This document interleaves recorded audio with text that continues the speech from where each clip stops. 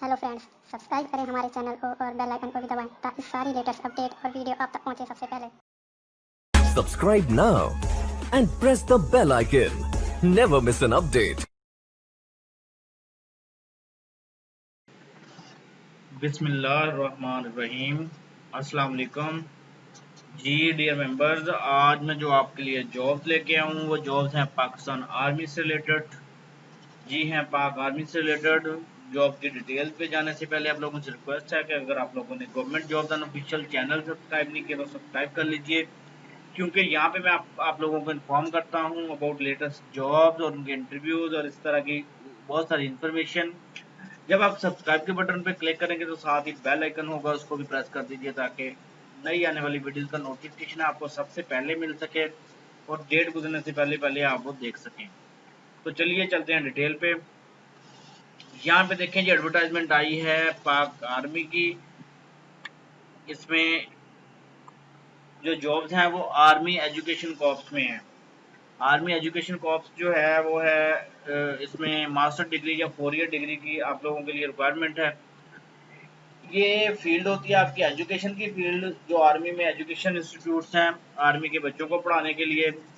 ये उन कॉलेजेस में और स्कूल में इनके जो टीचर्स हैं वो भर्ती किए जाते हैं, लेकिन इनका जो तरीकाकार है इनका प्रोसीजर है, जो सिलेक्शन प्रोसीजर है वो वैसे ही है जैसे बाकी आर्मी के ऑफिसर सेलेक्ट होते हैं।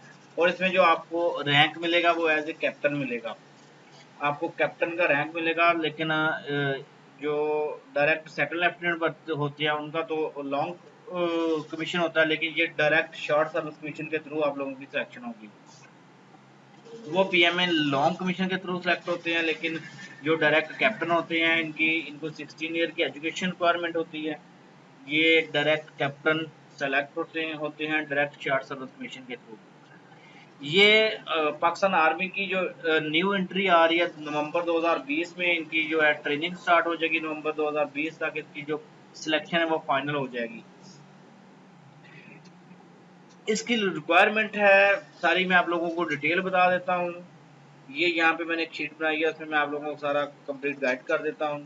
इसमें जो सब्जेक्ट्स आप लोगों से रिक्वायर्ड हैं कि कौन कौन से सब्जेक्ट्स वाले अप्लाई कर सकते हैं। अगर आपकी मास्टर डिग्री या बीएस डिग्री पॉलिटिकल साइंस में है, जोग्राफी में है, जो जीआईएस में है, हिस्ट्री में है, इस्लामिक स्टडीज में है, अरबिक में है, केमिस्ट्री, इंग्लिश, फिजिक्स, मैथमेटिक्स, या इसके अलावा दूसरी जॉब्स होती हैं आईसीटीओ की, जो कंप्यूटर साइंस के लिए होते हैं।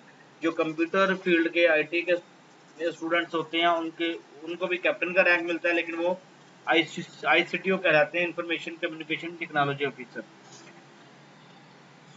तो इसके अलावा जो इसमें साइकोलॉजी सेलेक्ट होते हैं उनके लिए एमएससी साइकोलॉजी चाहिए। यहाँ पे देखिए, यहाँ पे बाकी जो एलिजिबिलिटी क्राइटेरिया है वो ये है कि आप लोगों ने इसमें सिर्फ मेल्स के लिए इस बार, हालांकि जब भी पहले डायरेक्ट शॉर्ट सर्विस कमीशन की या पीएमए की जॉब्स आती हैं उसमें मेल्स और फीमेल्स दोनों अप्लाई कर सकते हैं, लेकिन इस बार जो जॉब्स आई हैं वो सिर्फ और सिर्फ मेल कैंडिडेट्स के लिए हैं। उनका मैरिटल स्टेटस सिंगल हो, मैरिड हो, कोई इशू नहीं है, कोई इशू नहीं है। यहाँ पे देखें, अब इन्होंने यहाँ पे जो साइकोलॉजिस्ट के लिए रखी है एमएससी साइकोलॉजिस्ट की जो लास्ट डेट है वो है 1 अगस्त। 1 अगस्त तक आप लोग अप्लाई कर सकते हैं। 1 अगस्त के बाद आप लोगों के पास अप्लाई करने का मौका नहीं रहेगा। अगर आपके पास 16 ईयर एजुकेशन है तो आप लोग आर्मी में कैप्टन सेलेक्ट हो सकते हैं। इसका कंप्लीट जो प्रोसीजर है वो मैं आप लोगों को बताऊंगा कि क्या क्या होता है इसमें, कैसे आपने अप्लाई करना है। अप्लाई करने के 2 तरीकाकार हैं। एक तो आप ऑनलाइन अप्लाई कर दें, दूसरा तरीकाकार ये है कि आप इनके सिलेक्शन सेंटर पे चले जाएं, वहाँ पे जाके अपने डॉक्यूमेंट्स ओरिजिनल और उनकी कॉपीज लेके चले जाएं और वहाँ पे जाके अप्लाई कर दें। दोनों तरीकों के बारे में आप लोगों को बता देता हूँ। यहाँ पे आप पाक आर्मी की साइट पे आ जाएं। यहाँ पे देखें, यहाँ पे 4 तरह की, यहाँ पे पाकिस्तान आर्मी में जो ऑफिसर्स हैं वो 4 तरह से सिलेक्ट होते हैं। पहला है डीएसएससी, इसमें डायरेक्ट शॉर्ट सर्विस कमीशन, जिसमें हम बात कर रहे हैं आप लोगों को अप्लाई करवाने की। दूसरा है आईसीटीओ, इंफॉर्मेशन कम्युनिकेशन टेक्नोलॉजी ऑफिसर। और थर्ड वाला है पीएमए लॉन्ग कोर्स। और फोर्थ वाला है लेडी कैडेट कोर्स। ये चारों तरीकों से आप अप्लाई कर सकते हैं, लेकिन इस टाइम आप लोगों ने अप्लाई करना है डायरेक्ट शॉर्ट सर्विस कमीशन पे। यहाँ पे इसके यहाँ पे कोर्स की डिटेल दी गई है। मैं इसका आप लोगों को कोर्स दिखा देता हूँ। यहाँ पे सबसे पहले आप देखें, यहाँ पे दी गई है डिग्रीज, जिन डिग्रीज की बेस पे आप अप्लाई कर सकते हैं। उससे पहले आप लोग ये कैलकुलेट कर लें कि जो आपकी एज है वो 1 नवंबर तक 28 ईयर से ज़्यादा नहीं होनी चाहिए। अगर 28 ईयर से ज़्यादा आपकी एज बन रही है तो आप लोग इस पे अप्लाई नहीं कर सकते। एज कैलकुलेटर आपने चेक करना है, तो यहाँ पे कैलकुलेटर ओपन करें। कैलकुलेटर में यहाँ पे जाके अपनी एज कैलकुलेट कर सकते हैं आप कि आपकी एज कितनी बन रही है। यहाँ पे देखें, यहाँ पे आपने आके करना है डेट कैलकुलेशन। अब जैसा कि मेरी डेट ऑफ बर्थ जो है वो है मेरी 15 मार्च 1989 में, अभी आपको करके दिखा देता हूँ। आप लोगों ने इस तरह से अपनी एज निकाल लेनी है कि कितने ईयर्स बनती है आपकी एज।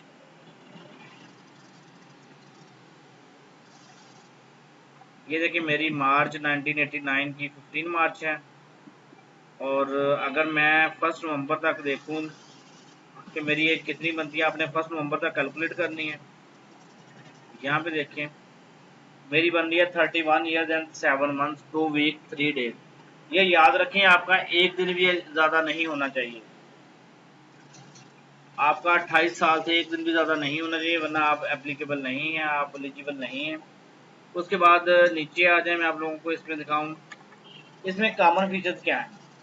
यहाँ पे अगर आपके पास, अगर आपने आपकी डिग्री जो है वो साइंस में है तो आप 60% मार्क्स आपके होना लाजमी है, या फिर अगर आपका जीपीए सिस्टम है सीजीपीए तो 2.5 जो है जीपीए आपकी 4 में से होना ज़रूरी है। अगर आपकी डिग्री जो है वो आर्ट्स की है, जैसा कि इस्लामिक स्टडी, हिस्ट्री वगैरह, तो आपको 50% मार्क्स चाहिए, और आपकी जो जीपीए है वो आपको 2 चाहिए। उसके साथ आप अप्लाई कर सकते हैं। आपकी जो थर्ड डिवीजन है वो कोई भी नहीं होनी चाहिए आपके पूरे एकेडमिक कैरियर में। एक भी थर्ड डिवीजन नहीं होनी चाहिए, और सिर्फ 1 second division throughout the career होनी चाहिए। मैं खुद अप्लाई कर चुका हूँ इसके लिए 2012 में मैं इसके जो इंटेलिजेंस टेस्ट हैं, बाद में जो इनिशियल टेस्ट क्लियर करने के बाद वहाँ से मैं रिजेक्ट हो गया था, हालांकि फिजिकल वगैरह में भी कर लिया था। उसके बाद आ जाए, चौथा पॉइंट है कि PhD will be given preference. जिन लोगों ने पीएचडी की हुई है उनको प्रेफरेंस दिया जाएगा, क्योंकि उनके मार्क्स जो है वो ज़्यादा लगेंगे, क्योंकि ये एजुकेशन कॉप्स के लिए चाहिए इनको। तो ऑब्वियसली पीएचडी, एमफिल, पीएचडी वालों को ये प्रेफर करेंगे। Candidates only graduate from HEC और पाकिस्तान इंजीनियरिंग काउंसिल। जिन लोगों की डिग्री जो है एचईसी या पाकिस्तान इंजीनियरिंग काउंसिल से रिकॉग्नाइज होंगी वो ही अप्लाई कर सकते हैं। अगर किसी की डिग्री जो है वो बाहर की है तो वो एचईसी से रिकॉग्नाइज होनी चाहिए, एचईसी की अप्रूव्ड होनी चाहिए पाकिस्तान में। उसके अलावा अगर कोई कैंडिडेट जो है वो प्राइवेट किसी ने पढ़ा है, जैसा कि प्राइवेट पेपर देते हैं एनुअल सिस्टम में, तो वो अप्लाई नहीं कर सकते। सिर्फ रेगुलर स्टूडेंट, जिन लोगों ने रेगुलर स्टडी की है वही अप्लाई कर सकते हैं। इसमें सिर्फ मेल कैंडिडेट्स अप्लाई कर सकते हैं, और मैरिड या अनमैरिड दोनों अप्लाई कर सकते हैं। इसमें नेशनलिटी पाकिस्तान और आज़ाद कश्मीर गिलगित बल्तिस्तान की कोई भी नेशनलिटी है आपकी, आप अप्लाई कर सकते हैं। लेकिन अगर आपकी नेशनलिटी जो है वो पाकिस्तान से बाहर की है तो आप लोग अगर सिलेक्ट होते हैं तो सिलेक्शन टाइम, अगर आपकी फाइनल सिलेक्शन हो जाती है तो आपको अपॉइंटमेंट लेटर से पहले आप लोगों को जो बाहर की नेशनलिटी है वो सरेंडर करनी पड़ती है। इसमें आपकी जो फिजिकल रिक्वायरमेंट है, आपका जो हाइट है, आपका कद जो है वो 5 फीट और 4 इंचेस होना चाहिए, यानी कि 162 162.5 सेंटीमीटर। और वेट जो है वो as per body mass index होना चाहिए। बॉडी मास इंडेक्स आप नेट से निकाल लें और अपने वजन के हिसाब से बॉडी मास इंडेक्स से अपना वेट कैलकुलेट कर लें। जो बंदा 2 बार रिजेक्ट हो चुका है आईएसएसबी से, पीएमए से या पीएएफ से, कहीं से भी, जब या नेवी से, जो नेवी के कमीशन के लिए अप्लाई करते हैं उनसे 2 बार जो रिजेक्ट हो चुका है उनको सिर्फ थर्ड मौका दिया जाएगा, लेकिन 3 बार रिजेक्ट होने के बाद किसी को मौका नहीं दिया जाता। अब आ जाएगा और किस किस को यहाँ पे रिजेक्ट किया जा सकता है कि अगर आप इनएलिजिबल होते हैं तो किस वजह से होते हैं। एक तो आपको मेडिकल बोर्ड जो है वो अनफिट कर देता है, उसकी वजह कोई भी हो सकती है, आपके हेपेटाइटिस बी सी हो सकती है, या आपके पाँव फ्लैट हो सकते हैं, या डिफरेंट रीजन हो सकती हैं। उसके अलावा अगर आप किसी आर्मी के कॉलेज में इंस्टीट्यूशन में पढ़ते रहे हैं और छोड़ चुके हैं, वहां से स्टडी छोड़ चुके हैं, तब भी आप अप्लाई नहीं कर सकते, या आप वहां से एक्सपेल हो चुके हैं, आपको वहां से डिसमिस या रिमूव किया जा चुका है आपको सर्विस से, कोई आर्म्ड इंस्टीट्यूशन से, तब भी आप लोगों को इसके लिए इनएलिजिबल हो जाएंगे। अगर आपको किसी क्रिमिनल केस में कोई सजा हो चुकी है, तब भी आप अप्लाई नहीं कर सकते। तो अब आ जाए रजिस्ट्रेशन का तरीका। रजिस्ट्रेशन मैंने आप लोगों को बताया कि दो तरीके से होती है, एक थ्रू इंटरनेट है और दूसरी इनके सिलेक्शन सेंटर पे जाके। जो वेबसाइट पे से आप लोग अप्लाई करते हैं, तो यहाँ पे joinpakarmy.gov.pk पे आप चले जाएं। यहाँ पे जब आप फिल करेंगे तो आपको उसके बाद रोल नंबर स्लिप भी मिल जाएगी और टेस्ट एंड डेट्स वगैरह भी उसी आपके स्लिप पे आ जाएगा। इसमें आप लोगों को बता दें कि जो इनके टेस्ट जो शेड्यूल किए गए हैं, रजिस्ट्रेशन जो है 13 जुलाई से स्टार्ट हुई है और 1 अगस्त तक इसकी रजिस्ट्रेशन होगी। रजिस्ट्रेशन आप आर्मी के सिलेक्शन सेंटर पे भी जाके कर सकते हैं और joinpakarmy.gov.pk वेबसाइट पे जाके भी कर सकते हैं। इसमें प्रीलिमिनरी जो टेस्ट होंगे वो अगस्त के मंथ में होंगे, अगस्त में स्टार्ट हो जाएंगे। जिन लोगों ने ऑनलाइन अप्लाई किया है वो ज्वाइन पाक आर्मी की वेबसाइट से जाके वो अपनी स्लिप जो है वो ले सकते हैं। जिन्होंने ऑनलाइन नहीं अप्लाई किया वो भी वहां से ले सकते हैं, उनको भी ऑनलाइन मिल जाएगी। एग्जाम की डेट जो है वो आपकी स्लिप पे प्रिंट होगी। उसके बाद आपका इंटेलिजेंस एकेडमिक और इंटेलिजेंस टेस्ट होगा। टेस्ट आपका कंप्यूटर बेस्ड होगा, एमसीक्यूज होंगे, आपने कंप्यूटर पे ही उनको चेक करना है। जो राइट आंसर होगा उसको कंप्यूटर पे ही माउस की मदद से या कीबोर्ड की मदद से आपने क्लिक करते जाना है और सबमिट करते जाना है। ये याद रखें, उसमें एक टाइम होता है, टाइम के अंदर अंदर आप लोगों ने वो पूरा पेपर हल करना है। अगर आप लोग बैठकर सोचते रहे एक दो क्वेश्चन पे तो आप टाइम वेस्ट कर देंगे और टाइम खत्म हो जाएगा, आप टेस्ट पास नहीं कर सकेंगे। इसका रिजल्ट जो है जैसे ही आप अपना सबमिट करते हैं या टाइम खत्म होता है उसी टाइम इसका रिजल्ट आ जाता है, आपको पास या फेल उसी टाइम बता दिया जाता है। कंप्यूटर की स्क्रीन पे कांग्रेचुलेशन का मैसेज आ जाता है, अगर आप पास हैं, अगर फेल है तो आपके लिए सॉरी आ जाता है। अगर आपका इनिशियल जो है इंटेलिजेंस और एकेडमिक टेस्ट पास हो जाता है कंप्यूटर पे जो टेस्ट होगा, तो आप लोगों का इनिशियल जो है वो मेडिकल टेस्ट होगा, वो वहीं पे होगा। उसमें आप लोगों की जो है नॉर्मल फिजिकल हाइट वगैरह, आइज वगैरह और आपकी कुछ थोड़ी बहुत बीमारी चेक की जाएगी। उसमें आप लोगों की बवासीर वगैरह इस तरह की कुछ चीज़ें चेक करते हैं। वो चेक करने के बाद अगर आप उसमें उस पास होते हैं तो आपका फिजिकल टेस्ट होगा। फिजिकल टेस्ट में आपने 1.6 किलोमीटर की जो रेस है वो 9 मिनट्स में हल करनी होगी। आपने 9 मिनट्स में दौड़ना होगा, 9 मिनट्स में 1.6 किलोमीटर का रास्ता जो है वो पार करना होगा।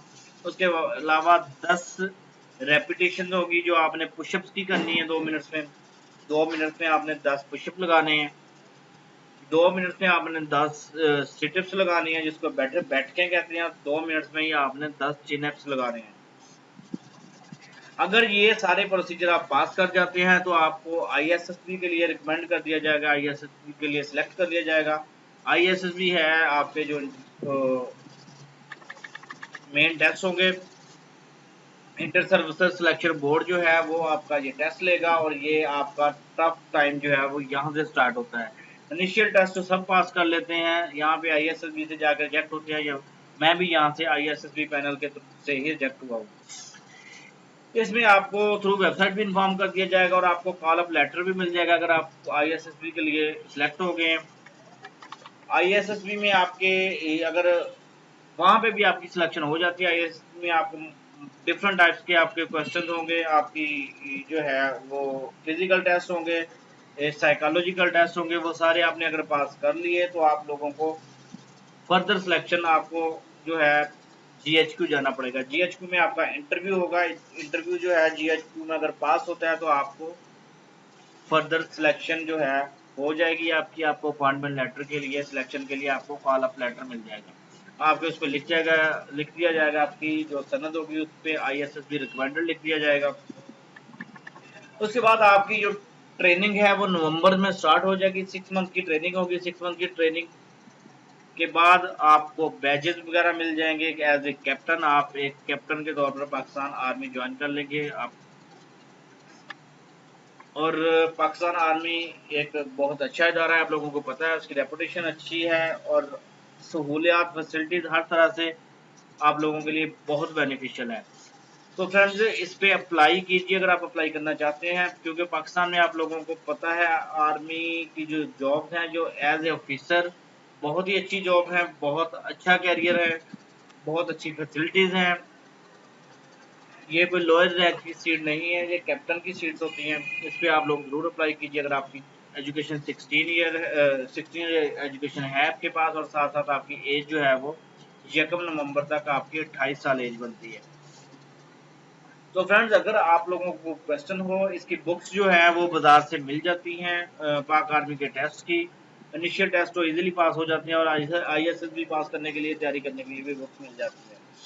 तो फ्रेंड्स इसकी अगर आपका कोई क्वेश्चन है इससे रिलेटेड तो आप जरूर नीचे कमेंट करके मुझसे पूछिए। अगर आप लोगों को किसी और जॉब से रिलेटेड कोई इन्फॉर्मेशन चाहिए वो भी आप पूछ सकते हैं। वीडियो काफ़ी लेंथी हो गई है इसलिए मैं यहाँ पे क्लोज करता हूँ। साथ ही आप लोगों से रिक्वेस्ट है कि अगर आप लोगों ने चैनल सब्सक्राइब नहीं किया तो सब्सक्राइब कीजिए और वीडियो को शेयर कीजिए, ताकि अगर आप लोग इस पर अप्लाई नहीं करना चाहते तो हो सकता है कोई और आपके दोस्त अप्लाई करना चाहते हो, कल को वो इस पर अप्लाई करने के बाद इसमें क्वालिफाई कर जाए और सेलेक्ट हो जाएं और किसी का भला हो जाए। Thank you.